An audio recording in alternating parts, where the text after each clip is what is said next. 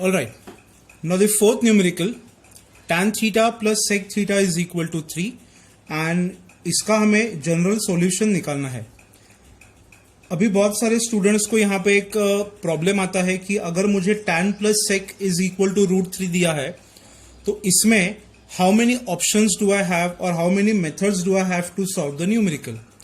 The first method you can use is, आप ये पूरे इक्वेशन को, ये टोटल न्यूमेरिकल को इन टर्म्स ऑफ साइन और कॉस रिड्यूस कर सकते हो. वो आप खुद से घर पे ट्राई करो. मैं यहाँ पे जो आपको एक सिंपल मेथड है वो सिखाऊंगा. yes, definitely it is much more simple than converting the equation in terms of sin and cos. क्योंकि अगर आप ये इक्वेशन साइन और कॉस में कन्वर्ट करते हो तो उसमें आपको 11th स्टैंडर्ड के बहुत सारे फॉर्मूलेज भी यूज करने पड़ेंगे. तो इंस्टेड ऑफ दैट मैं क्या करने वाला हूं, सिर्फ देखते जाओ.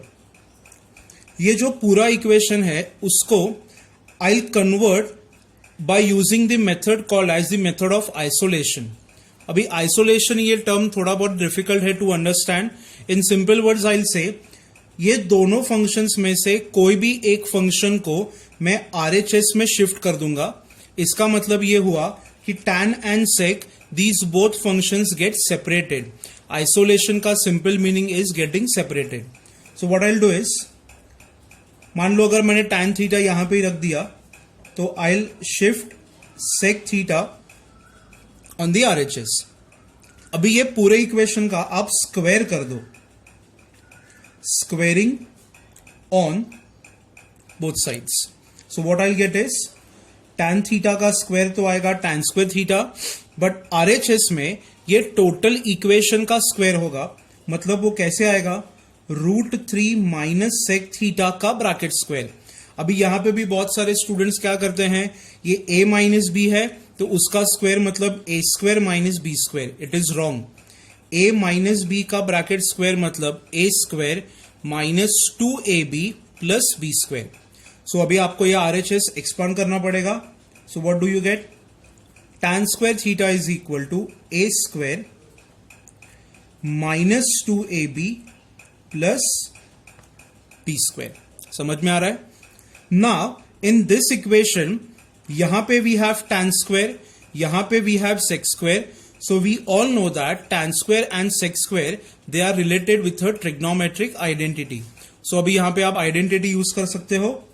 1 प्लस, और other I will write tan square theta is equal to sec square theta minus 1 and the RHS value sec theta plus sec square theta.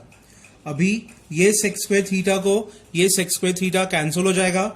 यहां पे जो 3 है उसको आप RHS में अगर शिफ्ट करते हो तो you get -1 minus 3 and this is equal to 2√3 sec theta.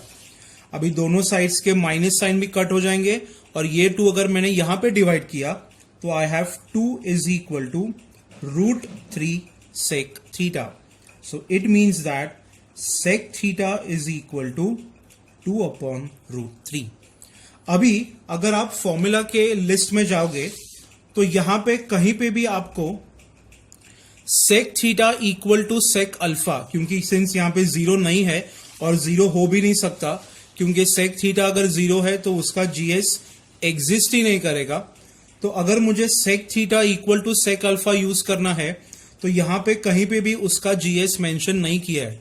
But अगर आप मेरे वीडियो लेक्चर्स फॉलो कर रहे हो तो उसमें मैंने एक पॉइंट बताया था, टाइप नंबर बी के लिए जो cot, sec और cosec अल्फा के जनरल सॉल्यूशंस है, they are same with the respective cos, sin and tan. क्योंकि cos और sec एक दूसरे के रेसिप्रोकल्स है तो दोनों का जनरल सॉल्यूशन सेम.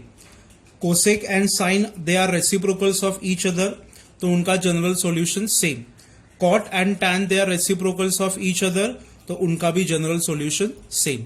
सो यहां पे in this numerical I will be using the general solution of cos theta equal to cos alpha, मतलब sec theta equal to sec alpha.